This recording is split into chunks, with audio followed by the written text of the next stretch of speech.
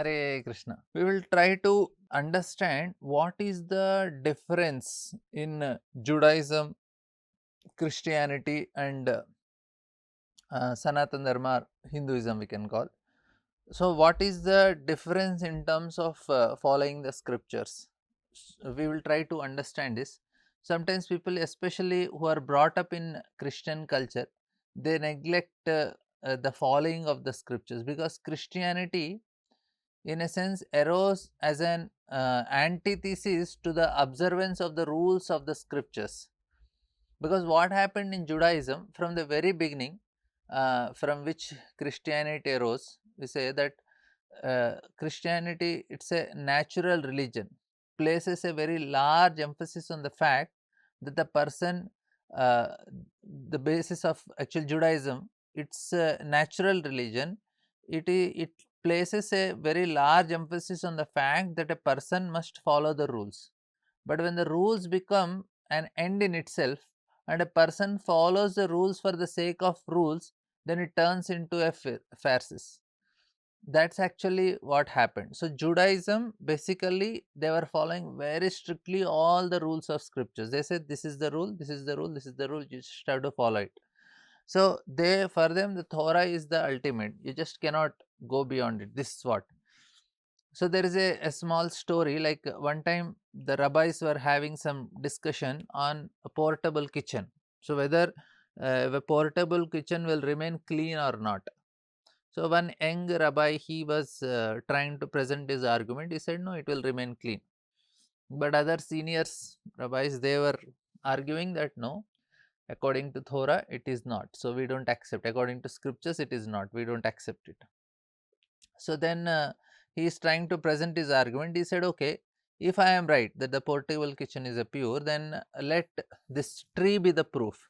So as soon as he said that, the tree just got uprooted and flew in the air and fell at a far distance. So then this rabbi, he said, see, the tree uh, is a witness, is actually is proof that I am right. So then the rabbi said, no, no, no, no, we don't accept any tree like that. That is not a proof for that you are right. Ours is scriptures only, that is right. Then he said, okay, let this creek, the water body that was flowing nearby, he said, let this be the proof. So as soon as he said that, the water started flowing upwards. No, it was flowing in the opposite direction. And but all the other rabbis said, no, no, no, our scripture is the proof. Then he said, okay, let this wall, which they are just besides a big wall, let this wall be the proof. And as soon as he said, the wall started collapsing. And then the rabbi said to the wall, wait a minute, here the very learned scholars are discussing, why are you coming in and interfering us? So immediately the wall stopped in between. He said, no, no, no, this is not any witness. So then the young rabbi, he said, okay, let God be the witness. No, let God judge that whether I am right or wrong, this portable kitchen. So immediately from the heaven the voice came that yes, yes, this portable kitchen can be pure only. And the rabbi said, no, no, no, no, that is not any proof for us. Ours is scripture. And then after some years, this one of the rabbis, he dies and he goes to meet God. So there he meets the assistant, Lord's assistant, and he asked, we were having this discussion below, when Lord was observing us, what did he feel about our discussion? Then he said that, oh Lord, Lord's assistant says, oh, Lord was telling, oh, my children defeated me. So the point is that they are so much into following the rules that the emphasis on the fact that person must follow the rules. But when the rules become an end itself and a person follows the rules for the sake of rules, then it all turns into this farces. So this is actually what happened. So then Jesus comes. He comes and said, this the Pharisees and scribes are like, he says, they are bogus. and he says, uh, and he put no, uh, he said that they are impersonating spiritual people, but they forgot about God only, because a person can forget about God by following the rules of the scriptures. Although the meaning of following the rules of scriptures is to remember Him, but unfortunately, this person is so uh, arranged that he will use everything and he is forgetting. So, Jesus Christ saw this 2000 years ago. He was indignant at this and he said, okay, you are all foolish, foolish scrubs, those who do this. He says the meaning of the scriptures is to love God, and you are forgetting God only, hiding behind His words. That's what actually Jesus says. So he took His words. We are taking the words of God, covering yourself and forgetting about Him only. So God gave the instructions. I am so much absorbed in the instruction that I forgot who gave only.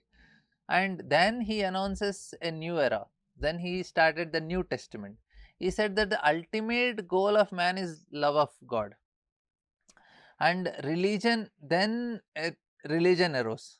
That arose outwardly on this wave of denial of rules of the scriptures. So this is where the difference came.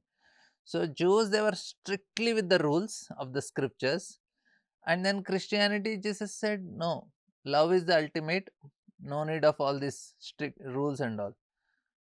So here comes, then it also went into another extreme direction. So because in the end, people separated their lives from God. What happened is that the Christianity is a very great religion. There is no doubt about it.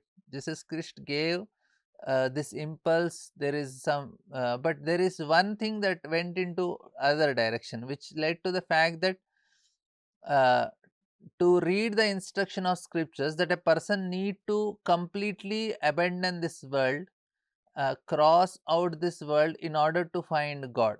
So they did not go with the scriptures. They said just love of God. So the people who followed Christ, they completely oppose this world and the spiritual world only.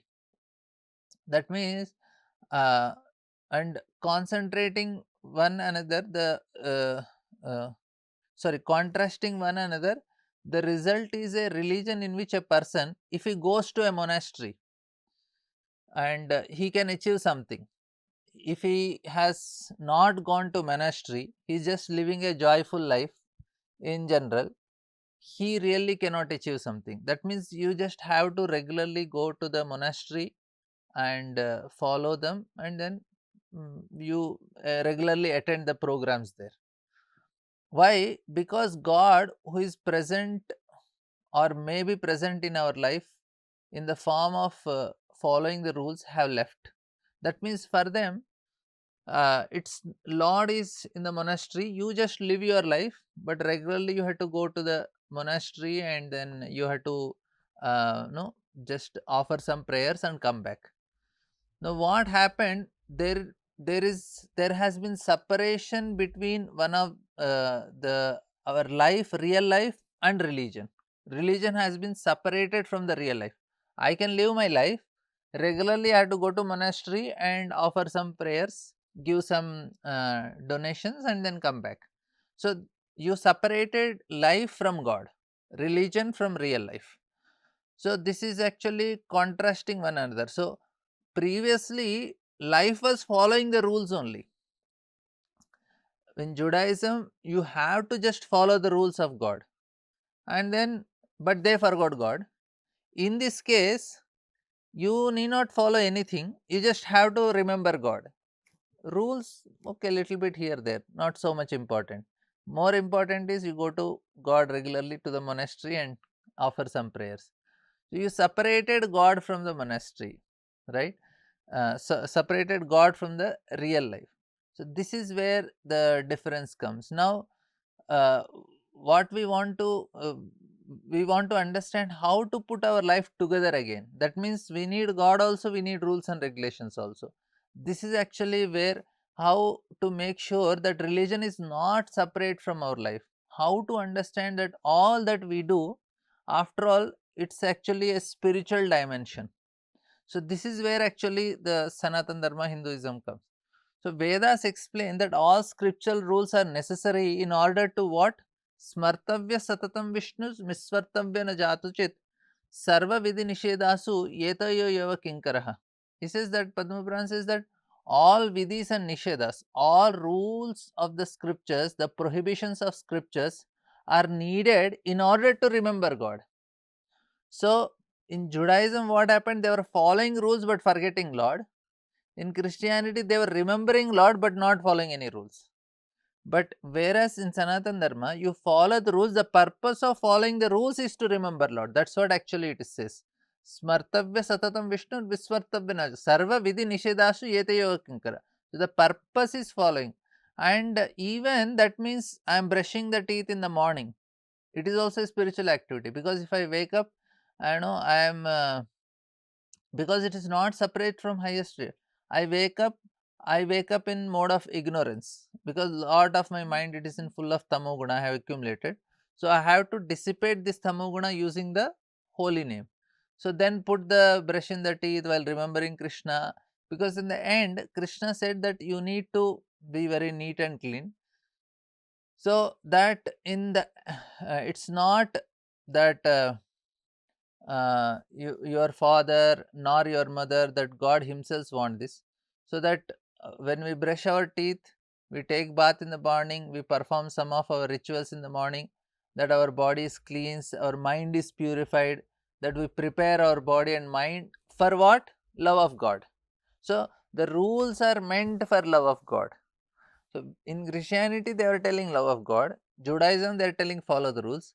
We are telling follow the rules for the love of God, because love is a good thing. So spiritual love is a brilliant thing, but it does not depend on anything. But what happens is people, it can directly come, but we have to show to the Lord that I am interested. So people who have attained the highest perfection, they actually explain that we need to follow these rules so that I am preparing my heart for love of God.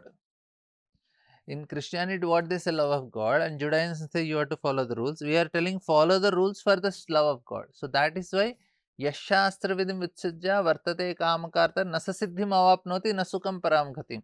If I don't follow the rules, I cannot be happy in this world, and I cannot attain highest perfection also. So both are needed. We have to follow the rules to get the highest perfection. Highest perfection is what? Prema pumarto mahan, to achieve the love. Dharma artha kam moksha is considered perfection only. In dharma means I follow the rules properly, I live a righteous life and I am very happy to be in righteous life. So that is dharma. Artha is like you are acquiring more and more property, money and all these things. And kama means you are enjoying in a different ways. And moksha is like we want to attain self actualization. Like these are perfections, but highest perfection is love. That's what Bhagavatam says. So when Jesus is telling love of God, in Judaism telling rules, we are telling follow the rules to get love of God. so so this is a person who attained highest perfection, he need not follow. They are called avadutas. So they don't follow any rules. We have already attained perfection. But all this does not need to be done by a person who has followed. But who are not in general person, we have to clean our heart and mind. So prepare the coming of that love. So love does not depend on any external things, but still we have to keep our heart and mind clean. That's why we need to follow all the rules. So if a Simon thinks that simply because we get up early in the morning we will be able to find love of God, no. This alone cannot give love of God. Love of God is causeless. It has to start with something. So here we can see the difference between the three major religions of the world, why this difference comes. So any activity I am doing in my life, of course not the present, most of the Hindus, they don't do any they don't follow any scriptures, rules and regulations. But if somebody is really serious about their religion, they have to follow the rules that are given, so that the purpose is served. Purpose is love of God. So that is the main difference. Now, Srila Prabhupada said that it is better not to, Krishna's mercy, it comes causeless, and we cannot just sit and wait. We have to prove to Krishna with our actions that I want to come to him and I want to get it.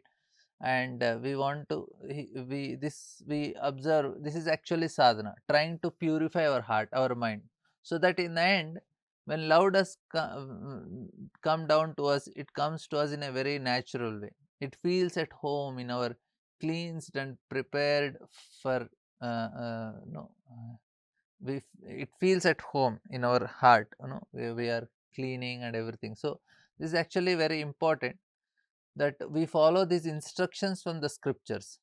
So we'll discuss more on this topics in our further sessions. Thank you all very much. Hare Krishna.